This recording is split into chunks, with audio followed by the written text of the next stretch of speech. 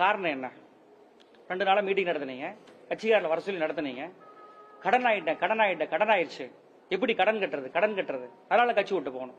ஒரு கட்சி விட்டு போறவர் ஒரு எம்எல்ஏ பதவி ரிசைன் பண்றவர் சொல்ற வார்த்தையாது எங்கள் மனதை துடிக்கிறது. இங்க வந்து அத்தனை தொண்டர்கள் மனது கொதிக்கிறது. 5 ஆண்டு காலம் அமைச்சர், 12 ஆண்டு காலம் மாவட்ட கழக செயலாளர், இத்தனை பதவிகளும் கொடுத்தது யார்? புரட்சித் தலைவி அம்மா அவர்கள். உங்களை யார் அமைச்சர்கள் உட்கார வச்சிருந்தா? அண்ணன் எடப்பாடியார் அவர்கள். இத்தனையும் செய்துவிட்டு மீண்டும் தேர்தலில் வென்று அண்ணன் எடப்பாடியார் அவர்களின் முகத்தை காமித்து வெற்றி பெற்றுவிட்டு இன்று அத்தனை பேருக்கும் துரோகம் செய்கின்ற வகையில் இந்த கண்டிக்கத்தக்கது. இது ஏன் சொல்லனா, வெற்றி பெற்று போனவர் இன்னைக்கு வரை நன்றி சொல்ல கூட வரல. கரூர் தொகுதியில் கரூர் மாநகராட்சிகள் மட்டும் 48 வார்டு, 48 வார்டுக்கு 1,80,000 ஓட்டுக்கு மேல இருக்கு. காலையில 6 மணிக்கு ஆரம்பிச்சாங்க. 48 வார்டு முடிஞ்சு போச்சு. ஒரு வார்டுக்கு 1 நிமிஷம், 5 நிமிஷம், 2 நிமிஷம் நன்றி சொல்லி கடமைக்கு நன்றி சொல்லிட்டு போயிட்டீங்க. இங்கேயாவது கடமைக்கு நடந்துச்சு.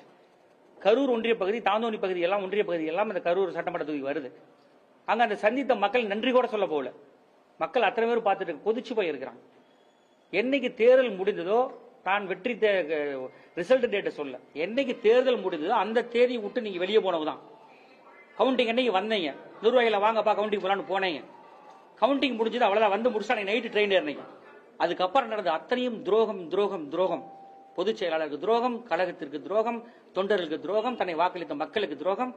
இத்தனை துரோகத்தை செஞ்சு முடிச்சு இன்னைக்கு போய் பதவி ரிசைன் பண்ணிட்டு உட்கார்ந்துருக்கிறேன். எந்த வகையில் ஏற்றுக்கொண்டு தெரியவில்லை. ஏன்னா இந்த இயக்கம் யாரால் உருவாக்கப்பட்டது? தொண்டர்களால் உருவாக்கப்பட்ட இயக்கம். நீங்க நினைச்சதுக்கு நீங்க தான் ஜெயிச்சு நினைச்சிட்டு இருக்கிறீங்களா? இல்ல உங்களாலதான் உங்களோட முகத்தை காமிச்சு தான் நீங்க ஜெயிச்சு வந்து நினைச்சிட்டு இருக்கிறீங்களா? யாருனால ஜெயிப்பு? எத்தனை இந்த கரூர் சட்டமன்ற தொகுதியில் மட்டும் எத்தனை போராட்டம். மற்ற சட்டமன்ற தொகுதியில் எப்படி வேணாலும் நடந்திருக்கலாம். ஆனா கரூர் சட்டமன்ற தொகுதியை பொறுத்த வரைக்கும் இது ஒரு மிகப்பெரிய போராட்ட களம். இங்க இருந்த ஒவ்வொரு தொண்டனும் இந்த இயக்கம் வெற்றி பெற வேண்டியது தான் வெற்றி பெற்ற மாதிரி தேர்தலில் வேட்பாளர் நினைப்பதான் வேலை பார்த்தாங்க. ஒவ்வொருத்தரும் கை காசை யாரும் கட்சி பணம் கொடுக்கணும் எதிர்பார்த்தால செலவில்லை. ஒவ்வொருத்தரும் அவங்க தகுதிக்கு 100 ரூபாயில இருந்து 5,000 வரைக்கும், 10,000 வரைக்கும், 50,000 வரைக்கும், 1 லட்சம் வரைக்கும் அவங்கவுங்க தொண்டர்கள் அவங்கவுங்க கை காசை போட்டு வேலை பார்த்தாங்க தேர்தலில். அப்படி ஜெயிக்க வச்ச உங்களுக்கு நன்றி கூட இல்லாம நீங்க இந்த ரிசைன் பண்ணிட்டு போயிருக்கீங்களே, இது எந்த வகையில நியாயம்? இதை ஏற்றுக்கொள்ள முடியாது. நாங்க இதை சவாலாக தான் நாங்க பாக்குறோம். நாங்க யாரும் இதை சாதாரணமா எடுத்துக்கிற மனநிலையில நாங்க கரூர் மாவட்டத்தில் இருக்கிற தொண்டர்கள் நாங்க யாரும் இல்ல. ஆனா இது எங்கள் ஒட்டுமொத்த தொண்டர்களுக்கு விடுக்கப்பட்ட சவாலா தான் நாங்க இதை பாக்குறோம். ஏன்னா என்னாலதான் ஜெயிச்சது, ஏன் மூஞ்சினாலதான் ஜெயிச்சுன்னு சொல்லிட்டு இருந்தீங்கல்ல. தேர்தல் வரும், எனக்கு தேர்தல் வரப்போகிறது நிச்சயமாக. அப்ப அன்னைக்கு நீங்க இந்த தொண்டர்களுக்கும் மக்களுக்கும் பதில் சொல்ல வேண்டிய காலம் வரும். ஏன்னா என்று ஒரு மனிதன் தன் இயக்கம் எல்லாத்தையும் விட்டுட்டு கடைசியில் தன்னாலதான் அந்த இயக்கம் இருக்குன்னு நினைக்கிறாங்களோ அன்னையிலிருந்து அவங்களோட அழிவு ஆரம்பிச்சிருச்சு. அதிமுக இயக்கத்தை பொறுத்தவரைக்கும் கடந்த காலங்களில் அது நடந்தது, இப்போ அது நடந்தது. இவர்கள் அவ்வளவுதான் அதிமுக என்ற இயக்கத்துக்கு மூஞ்சியே நான் தான், முகமே நான் தான், அந்த கரூர் மாவட்டத்துக்கு என்ன தாண்டி எதுவுமே இருக்காதுங்கிற ஒரு நினைப்பில தான் இதனால் வரைக்கும் கட்சியை நடத்தி நிர்வாகத்தை நடத்தி எல்லாம் பண்ணிட்டு இருந்தாங்க. ஆனால் அதை எல்லாம் தாண்டி இன்று இந்த இயக்கம் நடந்து கொண்டிருக்கின்றது. இந்த துரோகங்களை எல்லாம் வேறு இருக்கக்கூடிய சக்தி இந்த அதிமுக கழகத்துக்கு இருக்கிறது, கரூர் மாவட்ட தொண்டர்கள் இருக்கிறது. நாங்கள் நிச்சயமாக வரும் காலங்களிலே எங்கள் தலைவர் எடப்பாடியார் அவர்களின் அறிவுறுத்தலோடு நிச்சயமாக நாங்கள் களத்தை எதிர்கொள்வோம். இதற்கெல்லாம் நாங்கள் யாரும் பயப்படவில்லை, இங்க இருக்கிற தொண்டர்களும் பயப்படவில்லை. நேரத்தே நீங்க கூப்பிட்டு 2 நாளா எல்லா பக்கம் கேட்கலே தெரிஞ்சிருக்கும். ஒட்டுமொத்த கட்சிக்காரன் வந்து பார்த்துட்டு போனான். அந்த எல்லாமே சொன்னாங்க, வேண்டாங்க முடிவு எடுக்காதுன்னு சொன்னாங்க இல்லையா? அப்ப அந்த ஒட்டுமொத்த தொண்டர்களின் முடிவு என்னன்னு தெரிஞ்சுதானே வெடி நீங்க தூங்கல. அதையெல்லாம் தாண்டி தான் பரவாயில்ல, நம்ம காப்பாற்றணும், தான் நிக்கணும், நான் மாவட்ட செயலாளரும், நான் அமைச்சர் ஆகணும், நான் கடன் வாங்கினதெல்லாம் செட்டில் பண்ணணும், நான் என்னோடது நல்லா இருக்கணும். இதுதான் உங்களோட எண்ணம். 5 ஆண்டு காலம் இப்ப கூப்பிட்டு பேசுறாராம், வாங்க எங்க கூட வாங்க, நாங்க உங்களுக்கு பதவி கொடுக்குறோம், அடுத்து உள்ளாட்சியில் பதவி கொடுக்குறோம், சம்பாரிச்சு கொடுக்குறோம். 5 ஆண்டு காலம் முதல்ல அமைச்சரா இருந்தீங்கல்ல, கடந்த 5 ஆண்டுகள் இருந்தீங்கல்ல, அப்ப என்ன பண்ணீங்க? அத்தனை கட்சிக்காரன்னு கேட்கறான். இன்னைக்கு கூப்பிட்டு பேசுறீங்களே, கடந்த 5 ஆண்டு காலம் நீங்க ஒரு 5 ஆண்டு காலம் அமைச்சரா இருந்தீங்கல்ல, அன்னைக்கு தொண்டர்களுக்கு நீங்க என்ன செஞ்சீங்க? இன்னைக்கு போன் போட்டு வாங்க வாங்க வாங்கன்னு கூப்பிடுறீங்களே, இன்னைக்கு ஏதாவது ஒரு நல்லது செஞ்சுதான் ஒட்டுமொத்த தொண்டரும் முன்னாடி வந்து நின்றுப்பாங்கல்ல. உங்களுக்குன்னு ஒரு செட்டப், அந்த செட்டப் பூஜா போடுறது, துதி பாடுறது, அந்த செட்டப்போட தான் போயிட்டு இருக்குது உங்களுக்கு எல்லாம். என்று நீங்க இந்த இயக்கத்தை நம்பாமல், இந்த கட்சியை நம்பாமல், நீங்க ஒரு தனி எம்ஆர்வி ட்ரஸ்ட் ஆரம்பிச்சு எல்லாமே ஏமூஞ்சி நீங்க பண்ணீங்களோ, அத்தனைக்கும் காலம் பதில் சொல்ல ஆரம்பித்து விட்டது. இன்று ஏற்கனவே நீங்கள் இந்த மாவட்ட செயலர் பதவி கட்சிக்கு செய்த துரோகத்தில் இழந்துட்டு போனீங்க. இனி சட்டமன்ற உறுப்பினராக பதவி இழந்திருக்கிறீங்க. இன்று சொல்கின்றேன், எங்களுடைய தொண்டர்களை வைத்து சொல்கின்றேன், எதிர்காலம் உங்களுக்கு காத்திருக்கிறது. உங்க தலைவர் சொல்லுவாரு, ஐ எம் வெயிட்டிங் சொல்லுவாரு, அதே மாதிரி இப்ப சொல்றேன், எங்க தொண்டர்கள் கட்சிக்காரங்க அத்தனை பேர் வி ஆர் வெயிட்டிங், எக்ஸ்பெக்ட் பண்ணிட்டு இருக்கிறோம். நிச்சயமாக காலத்தில் அதற்கான பதிலை நாம் கொடுப்போம் என்பதை இந்த நேரத்தில் நான் சொல்லிக்கின்றேன். இந்த துரோகத்தை ஏற்றுக்கொள்ள முடியாது, இந்த துரோகத்தை நாங்கள் மன்னிக்க முடியாது. இந்த துரோகத்தை நீங்க ரிசைன்மெண்ட் வந்திருக்கிற மக்களை சந்திக்க வருவீங்கல்ல, அன்னைக்கு நாங்க பாக்குறோம். கடனை நிவர்த்தி செய்வதற்காக தான் மாற்றுக் கட்சி போயிருக்காங்க. அதாவது கடனை நிவர்த்தி செய்வதற்கான கூப்பிட்டு பேசுனாங்க, கட்சிக்காரன் எல்லாம் கூப்பிட்டு வாங்க வாங்க வாங்கன்னு பேசுறாங்க. கட்சிக்காரங்க என்னன்னு தெரியல, போறாங்க. போன நான் கடன் வாங்கிட்டேன் 100 கோடி கடன், 120 கோடி கடன். ஏன் கடன் யாருக்குமே இல்லையா? அப்ப கட்சிக்காரன் ஒவ்வொரு வீட்டுல கட்சிக்காரன் கஷ்டப்பட்ட ஒன்று சிலர் கடன் இருக்கு. எல்லாம் தான் அதை தாங்கி தான் இயக்கம் நடத்திட்டு இருக்கிறோம். அப்ப எல்லாமே விட்டு ஓடி போயிடலாமா? ஒரு 5 ஆண்டு காலம் அமைச்சராக இருந்த உங்களுக்கே கடன் பேச சொல்லினா, ஒரு சாதாரண தொண்டர்கள், கிளை செயலாளர்கள், ஒன்றிய செயலாளர் மற்ற நிலைமை என்ன வருது? 5 ஆண்டு காலம் அமைச்சராக இருந்தீங்க, உங்களுக்கு என்ன சொத்து என்னங்கிற அத்தனையும் இங்க இருக்கிற தொண்டர்கள் எல்லாத்துக்கும் தெரியும். நீங்க வேணா ஊராய மாத்தலாம், அடுத்தவங்கள மாத்தலாம். கரூர் மாவட்டத்தில் இருக்கிற, கரூர் தொகுதியில் இருக்கிற அத்தனை பொறுப்பாளர்களுக்கும் உங்கள் நிலைமை என்ன, தேர்தலுக்கு முன்னாடி உங்க நிலைமை என்ன, அமைச்சராக முன்னாடி உங்க நிலைமை என்ன, இன்னைக்கு உங்களோட நிலைமை என்ன தெரியும். ஏன்னா நீங்க மாவட்ட செயலர் ஆவறீங்க, ஆவேறு ஆளுங்கட்சியா இருக்கின்ற பொழுது உங்களுக்கு மாவட்ட செயலர் பதவி கொடுக்குறாங்க. அன்னைக்கு இருந்தே உங்களுக்கு செல்வாக்காக தான் இருக்கிறீங்க. எங்களை மாதிரி எதிர்கட்சியில் மாவட்ட செயலாளர், எதிர்கட்சியில் கட்சி நடத்தல. 6 மாத காலம் எதிர்கட்சியில் மாவட்ட செயலர் இருக்கிறீங்க, சட்டமன்ற உறுப்பினர் ஆவறீங்க, அமைச்சர் ஆவறீங்க. அப்படியே உங்க வாழ்க்கை போயிட்டு இருக்குது. இன்னைக்கு எதிர்கட்சி ஆகி அதிகாரம் இல்ல, தாங்க முடியல. என்ன ஒரு நியாயம் இந்த விஷயம்? அதிகாரம் இருந்து, ஆட்சியில் இருந்து அதிகாரம் இருந்தால் மட்டும்தான் அந்த இயக்கத்தில் பயணிப்போம், இல்லைன்னா பயணிக்க மாட்டேன் என்று சொன்னால் இது எந்த வகையில் நியாயம்?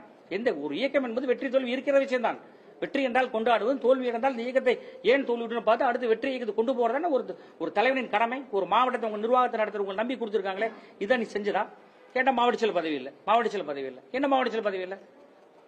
12 ஆண்டு காலம் மாவட்ட செயலர் இருந்து நீ எத்தனை சட்டமன்ற தொகுதி வெற்றி பெற வச்சுங்கிறத முதல்ல நீங்க சொல்லணும். நான் கேட்கறேன், உங்க முழுமை கேட்கறேன். 12 ஆண்டு காலம் சட்டமன்ற உறுப்பினர், 2016 நீங்க தேர்தல் நிற்கிற நீங்க சட்டமன்ற இது மாவட்ட செயலர் கிடையாது. 2019 அரவக்குறிச்சி இடைத்தேர்தல் வருது, அன்னைக்கு உங்க தலைமையில தான் தேர்தல் சந்திக்கிறோம்.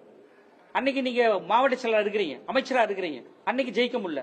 அதே 2019 பாராளுமன்ற தேர்தல் வருது, அன்று அண்ணன் தம்பிதுரை நிக்கிறார். அந்த தேர்தலில் மாவட்ட செயலர் இருந்து நீங்க தான் வழி நடத்துறீங்க, அதுலயும் ஜெயிக்க முடியல. 2021 4 சட்டமன்ற தேர்தல் கரூர் தொகுதியில், அன்னைக்கு நீங்க தான் மாவட்ட செயலர், நீங்க தான் கேண்டிடேட் போட்டீங்க. மொத்தம் உங்க தலைமையில நடந்துச்சு. என்ன நடந்துச்சு? 4 தொகுதியும் ஜெயிக்க முடியல. 2024 பாராளுமன்ற தேர்தல், அன்னைக்கு நீங்க தான் மாவட்ட செயலர், அன்னைக்கு நீங்க தான் கரூர் மாவட்டத்தை வழி நடத்துறீங்க. 24 பாராளுமன்ற தேர்தலையும் ஜெயிக்க முடியல. 26 நடந்துச்சு. 26 4 தொகுதிக்கு கேண்டிடேட் நீங்க தான் போட்டீங்க, நீங்க தான் நிர்வாகம் பண்ணீங்க, நீங்க தான் எல்லாத்தையும் பார்த்தீங்க. என்ன நடந்துச்சு? இதுலயும் 3 தொகுதி போயிருச்சு, ஒரே ஒரு தொகுதி. அந்த தொகுதி நீங்க ஜெயிச்சது வெறும் 1800 ஓட்டுல. நீங்க 12 ஆண்டு காலம் மாவட்ட செயலர் இருந்து ஜெயிச்ச ஒரே தொகுதி நீங்க ஜெயிச்சது வெறும் 1800 ஓட்டுல தான். இதுக்கு பேர் வெற்றியா? இதுதான் ஒரு மாவட்ட செயலர் நிர்வாகம் பண்ண லட்சணமா? இதை நீங்க தான் சொல்லணும். இந்த கேள்விக்கு பதில் சொல்லணும்.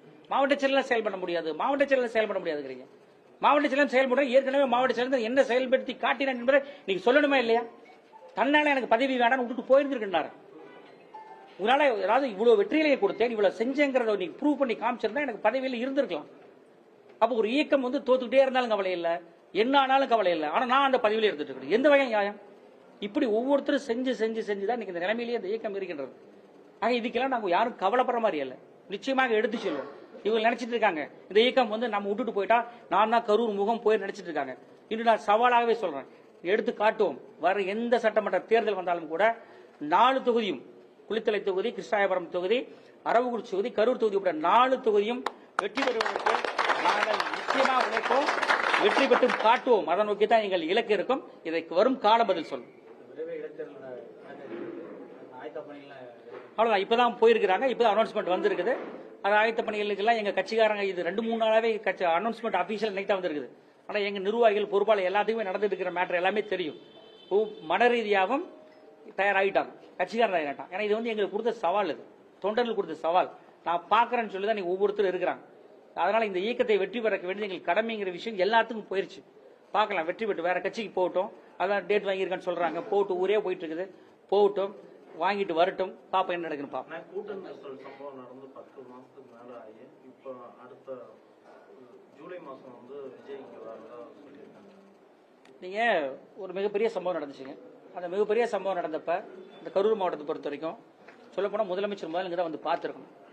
அன்னைக்கு இருந்த ஆளுங்கட்சி அரசாங்கம் உங்களுக்கு பாதுகாப்பு கொடுக்கல, போக முடியல, வர முடியலன்னு சொன்னீங்க, போய் மக்களை சந்திக்க முடியலன்னு சொன்னீங்க. இப்ப நீங்க தான் முதலமைச்சர், இப்ப நீங்க தான் உங்க அதிகாரம் கையில் இருக்கு.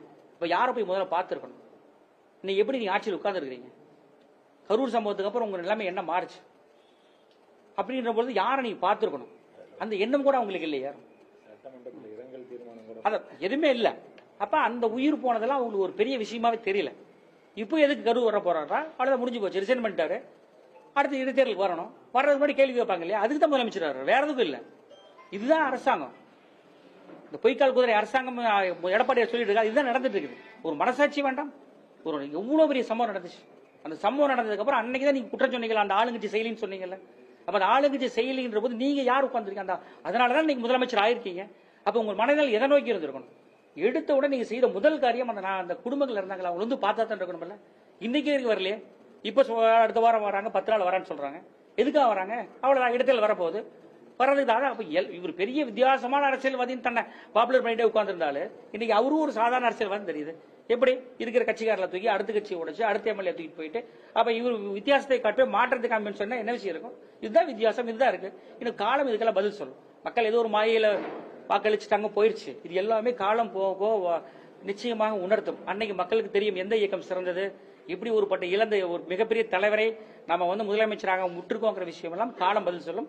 காலம் நிச்சயமாக அதற்கான தெரியும். இன்னைக்கு சட்டமன்றத்திலேயே அறிவார்ந்த ஒரு யார் உட்கார்ந்துருக்காருன்னா, முதலமைச்சரை பாருங்க, எதிர்கட்சி தலைவர் பாருங்க, எங்க கட்சி தலைவர் பாருங்க.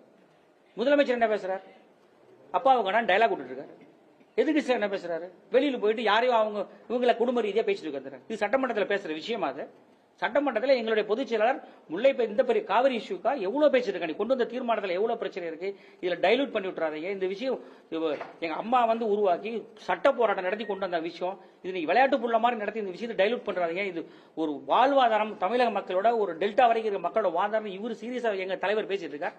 இது 2 பேருமே சின்ன பிள்ளைங்க மாதிரி விளையாண்டு உட்கார்ந்துருக்காங்க. அப்ப மக்கள் என்ன நினைப்பில் இருக்காங்க? சட்டமன்றத்திலேயே அதிக அனுபவம் வாய்ந்து அத்தனை விஷயங்களும் தெரிந்து இன்று சட்டமன்றத்திலேயே ஒரு கடந்த காலங்கள் அனுபவத்தின் மூலம் செய்யக்கூடிய ஒரே தகுதி உள்ள தலைவராக எடப்பாடியார் இருக்கார். ஆனால் இன்னைக்கு நிலைமை அங்க போயிட்டு இருக்கிற விவாதங்கள், நடந்துட்டு இருக்க சட்டமன்றங்கள் விவாதங்கள், இது எல்லாமே வேறு திசையை நோக்கி தான் போயிட்டு இருக்குது. ஆக இந்த அரசாங்கம் வந்து எப்படி இந்த கரூர் மாவட்டத்தில் இந்த மாதிரி ஒவ்வொரு எம்எல்ஏ தூக்குறம் பண்ணணும் போயிட்டு இருக்கோம், அது எல்லாமே காலங்கள் பதில் சொல்லும். ஒவ்வொரு மாவட்டத்தினுடைய முக்கிய முகமாக இருந்த முன்னாள் அமைச்சர்கள் நிறைய பேர் போயிட்டு இருக்காங்க. இது அதிமுக பலவீனம் தானே? இல்ல, இது என்ன விஷயம்னா, இந்த இயக்கத்தை பத்தி ஒண்ணு தெரிஞ்சுக்கணும். இந்த இயக்கம் வந்து எல்லாரும் இந்த இயக்கம் தான் பெரியதுன்னு யாரெல்லாம் போயிட்டு இருக்காங்களோ அன்னைக்கு வரை இந்த இயக்கத்துல போலாம். இது வந்து இன்னைக்கு இல்ல, தலைவர் காலத்துல சொல்றேன். அதை தாண்டி 20 ஆண்டு காலம் மாவட்ட செயலாளர், 15 ஆண்டு மினிஸ்டர், எம்எல்ஏ இப்படின்னு போயிட்டு இனிமேல் நான் தாப்பா இந்த கட்சியோட முகம், நாளினா கட்சி இருக்காதுன்னு என்னைக்கு நினைக்க ஆரம்பிக்கிறாங்களோ அன்னைக்கு என்ன பண்ணும், இந்த இயற்கையாகவே இந்த இயக்கம் அவங்களுக்கு தூக்கி வெளியேறிச்சு. இது தலைவர் காலத்துல இருந்து உதாரணம் இருக்கு.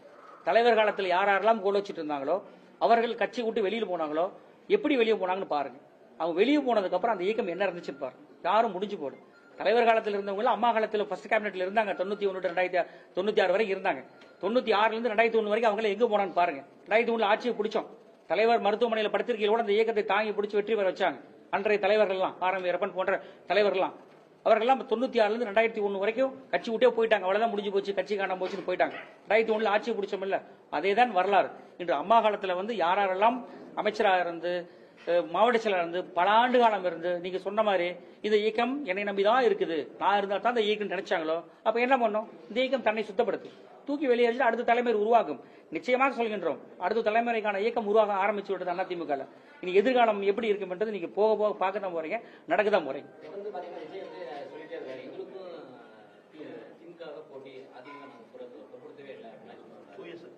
இல்ல, இதெல்லாம் ஒரு விபத்தில் நடந்தது.